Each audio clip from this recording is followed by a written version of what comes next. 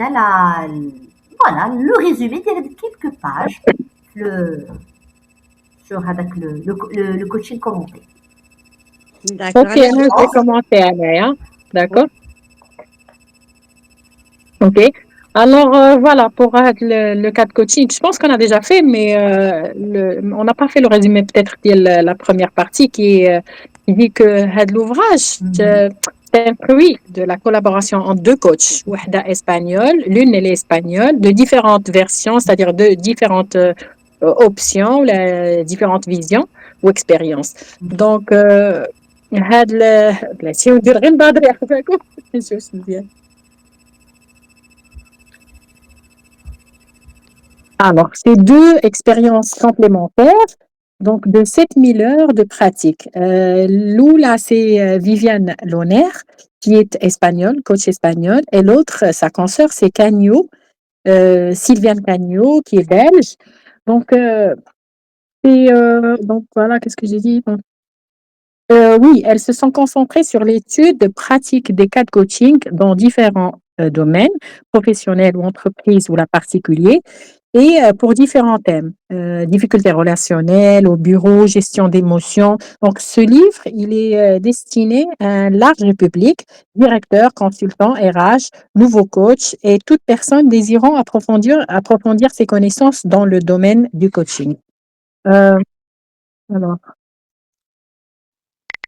au début, les acteurs nous proposent plusieurs définitions de certains coachs et écrivains sur le thème de coaching. Ensuite, elles nous expliquent, selon les cas expérimentés, quelles sont les problématiques rencontrées, les objectifs définis, le processus adopté et les techniques utilisées pour encadrer les séances, ainsi pour démontrer les 11 compétences définies par l'ISF du coach, l'International Coach Federation, pour prouver que c'est un métier à part entière qui est fondé sur un processus de formation et de coaching, sur un apprentissage de processus de coaching.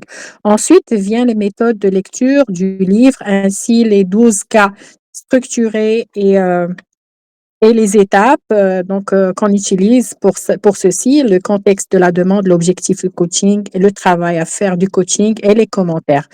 C'est-à-dire le lecteur, il rentre dans les coulisses du coaching. C'est ça. Donc, c'est ça que j'ai pu avoir comme résumé. d'accord, je vais commencer moi aussi. Donc, cet ouvrage présente le coaching comme une démarche professionnelle d'accompagnement centrée sur le client ou le coaché, visant à développer ses compétences, sa conscience de soi et son autonomie. Elle distingue le coaching à d'autres pratiques comme la thérapie, le conseil ou le mentorat, en insistant sur le fait que le coach ne fournit pas des solutions toutes faites, mais guide le coaché dans un processus structuré pour qu'il trouve ses propres réponses et agisse concrètement. Après, il décrit le parcours de coaching en expliquant comment se déroule une séance. Le coach aide à clarifier les objectifs du coaché, explore ses ressources et possibilités, favorise la prise de conscience et oriente vers des actions, vers des actions réalistes et raisonnables. Cet ouvrage souligne enfin les qualités essentielles du coach comme l'humanisme, le courage, l'écoute, la patience et l'intuition qui lui permettent d'accompagner efficacement tout en respectant l'autonomie du coaché. Et c'est bon pour moi. Eh ben, c'est moi alors.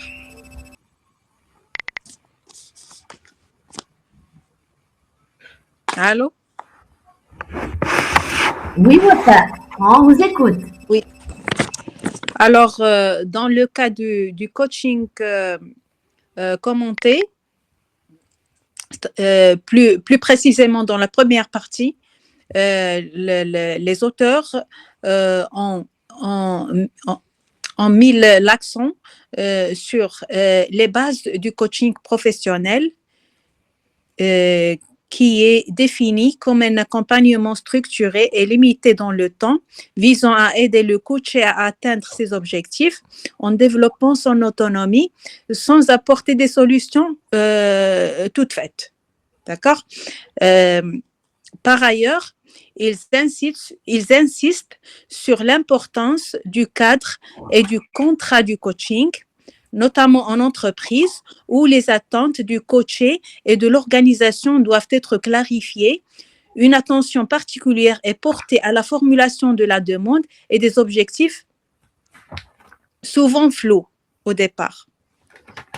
Enfin, cette partie décrit la posture du coach, entre parenthèses, l'écoute, neutralité, questionnement, et rappelle les principes éthiques qui garantissent un accompagnement professionnel et efficace.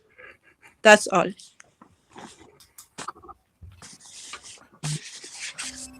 Merci Wafa.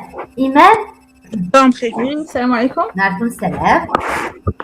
Alors, pour la fiche de lecture, 4 coachings commentés pour des auteurs Viviane Laurent et Sylviane Cagno. Alors, cet ouvrage est divisé en 2 parties. La première partie, c'est dédiée à la définition et fondement du coaching. Et la deuxième partie, la présentation de 12 cas, divisés en deux parties. 2 cas coaching d'équipe et 10 cas problèmes individuels. Pour la première partie, qui est consacrée à la définition et fondement du coaching, ils ont défini le coaching comme un accompagnement d'un client ou d'un groupe de personnes pour parcourir le chemin de vie et l'évolution afin d'atteindre de l'autonomie. Et aussi, ils ont mentionné que le coaching n'est pas une formation individuelle, ni une recommandation, ni du mentoring, ni une thérapie, ni de la supervision. Le coaching est un processus limité dans le temps qui se fond sur une demande afin d'établir un contrat qui peut être bipartite ou tripartite.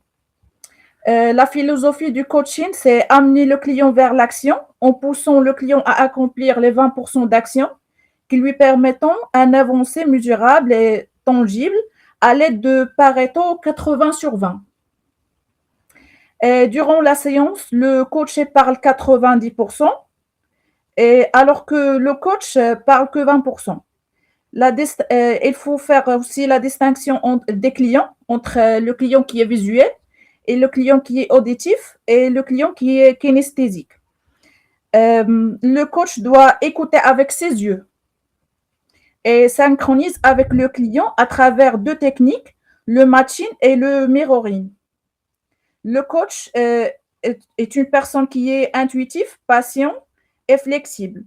Et j'ai mentionné quelques choses, quelques termes comme ça à rechercher. L'approche systémique de l'école Palo Alto de la communication et comprendre le ratio 80/20 de Pareto et chercher aussi la théorie de Timothy Gallwey et le roi du coaching. Et c'est bon, c'est tout pour moi.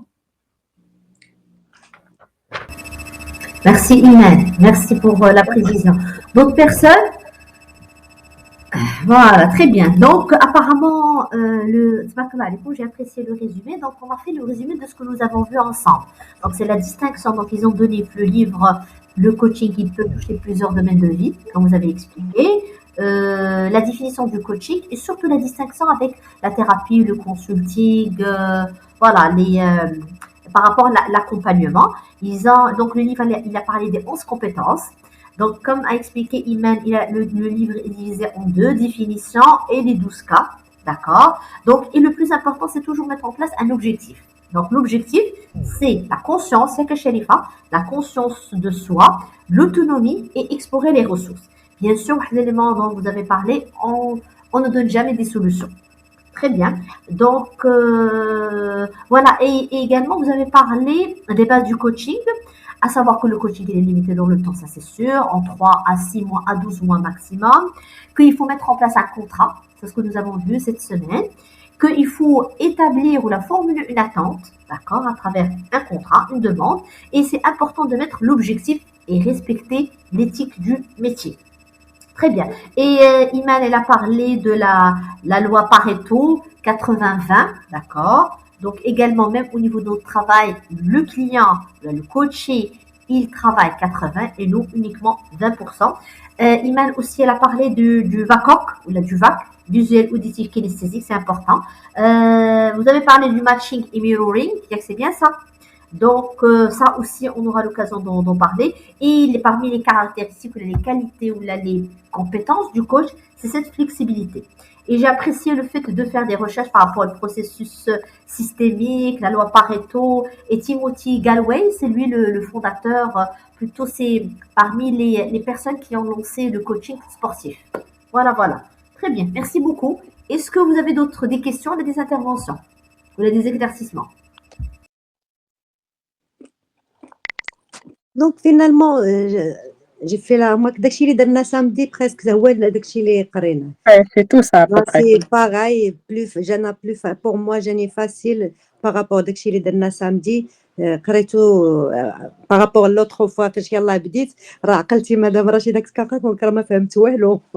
دابا جيب زعما vraiment c'est trop facile. Très bien, parfait. Merci beaucoup.